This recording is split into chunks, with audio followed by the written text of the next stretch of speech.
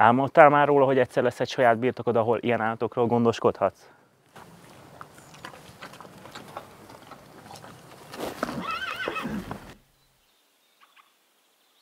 A vadregényes terület kivételesen privát szférát biztosít.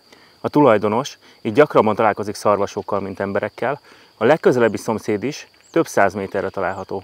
A teljes terület több mint 7,5 hektáros, erdővel, réttel és legelőkkel. A háromszintes, 900 négyzetméteres főépületben egyszerre több generáció is kényelmesen elfér. A 2001-es építésű lakóház statikailag hibátlan állapotban van. Egy kis felújítás szükséges, de hatalmas lehetőségeket rejt magában. A telken található egy istálló, ahol akár 50 ló is kényelmesen elfér. Az idős lovak is teljes ellátást élveznek, az istállóban található sószoba is. Emellett egy mesés kis faház is található az erdőben. A Gellért-hegy magasságában vagyunk, Magyarország egyik legtisztább levegőjét szívhatjuk a tüdőnkbe.